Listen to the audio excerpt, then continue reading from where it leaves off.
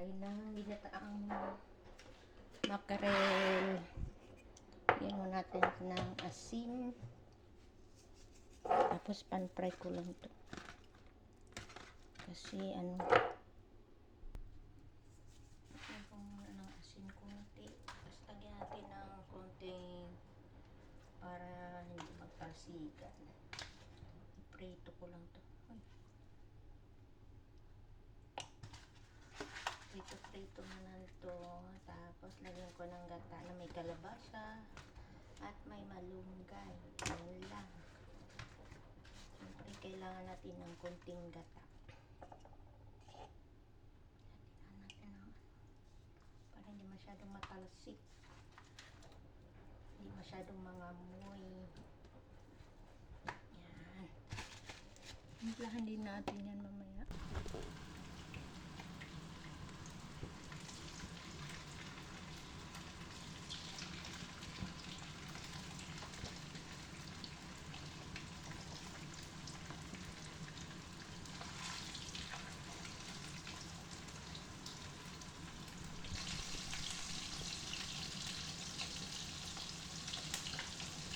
Lagyan natin guys, welcome back to my vlog guys.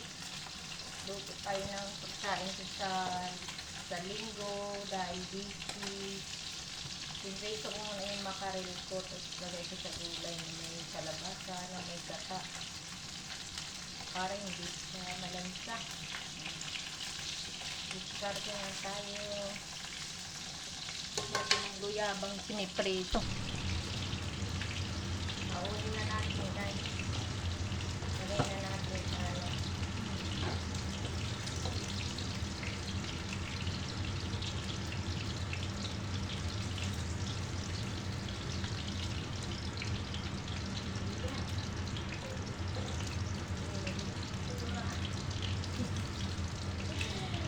Paula na for ganito, makakabigta ko dyan.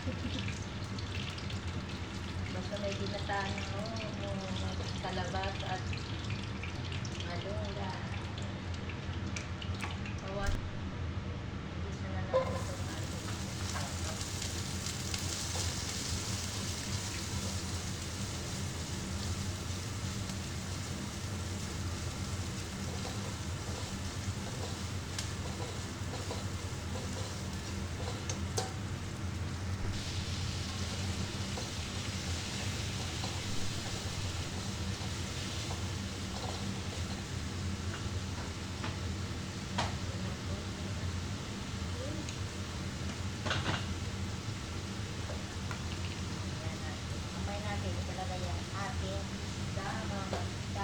Baka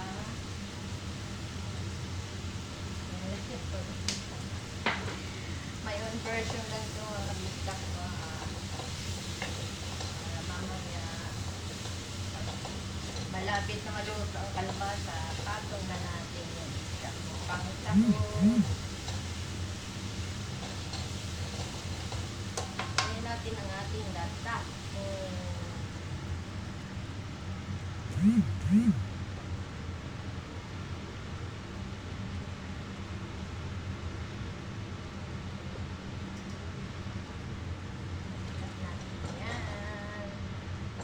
Paghapok na, lagay ko yung ating isda. Takpan muna natin.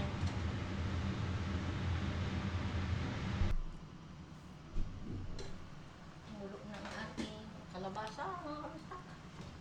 Ilagay ko na yung ating isda. Wow.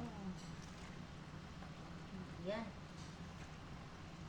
Ilagay natin ang ating isdang pinirito. Ilang piraso lang para match ba. Ayan. Alala. Ilagay na natin ang ating malunggay. Ayan, ating malunggay.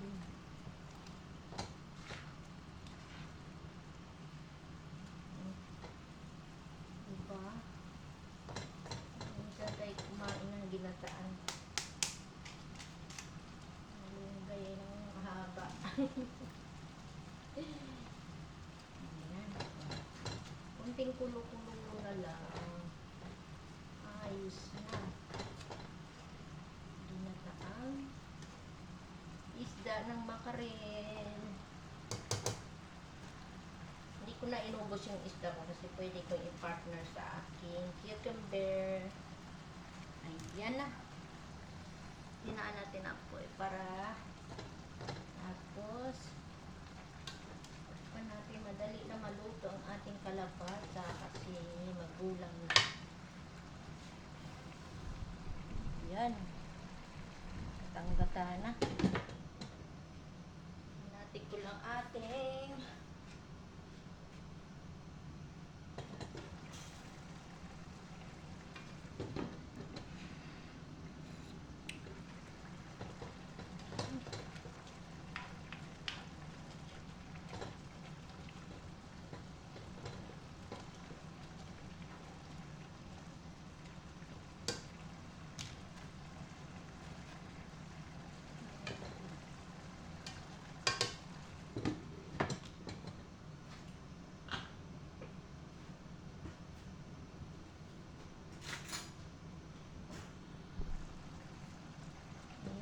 ang ating makarel. Ayan na. Okay. Tikman na natin mga kagusta ko dyan.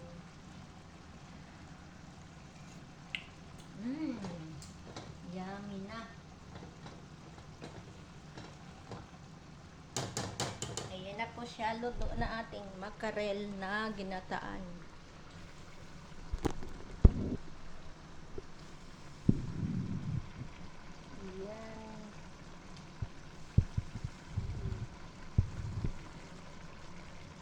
Thank you for watching po. Patayin na natin ang ating apoy. Yan, lipat na natin ito. Baka ma-overcook yung ating kalabasa. Ayan na siya. Yan ang ating niluluto ngayon na makarel sa gata na may kalabasa. Yan guys. Thank you for watching. Yan ang ating menu for tonight until Sunday. Yay! Budget meal po ito.